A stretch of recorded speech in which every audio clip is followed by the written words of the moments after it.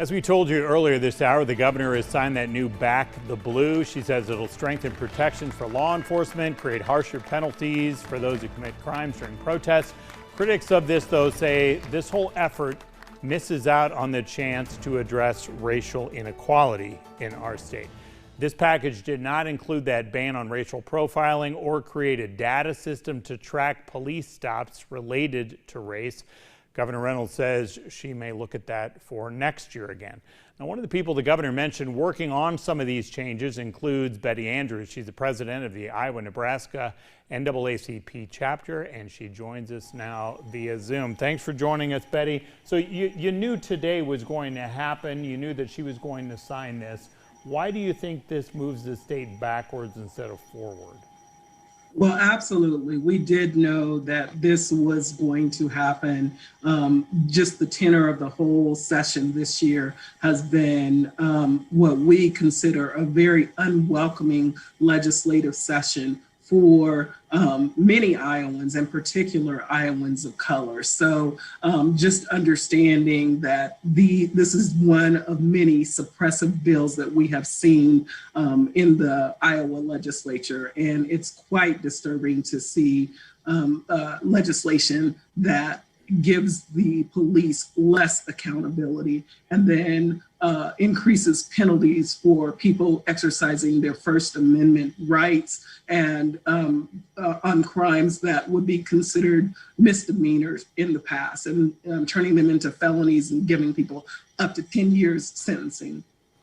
You have worked with the governor the last couple of years on some of these other ideas here to ban racial profiling, to create this database so that law enforcement would keep track of a person's race so you can see those kind of statistics.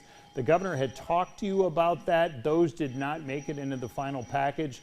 She's a Republican. Republicans control both chambers of the legislature. Why was she not able to push those through?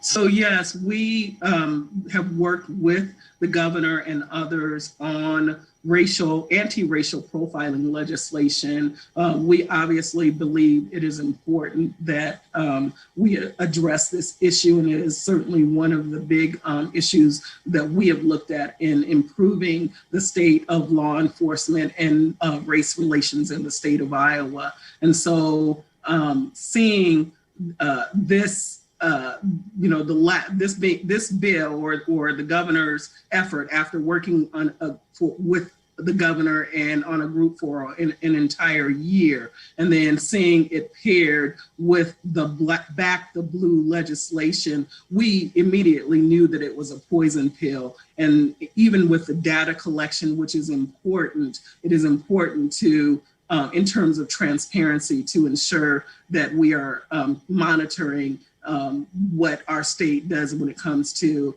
racial profiling. To see that that is not there, it has been a disturbing session for us. Now, if you look at what did happen last year, you remember one day they kind of went start to finish with a package of reforms.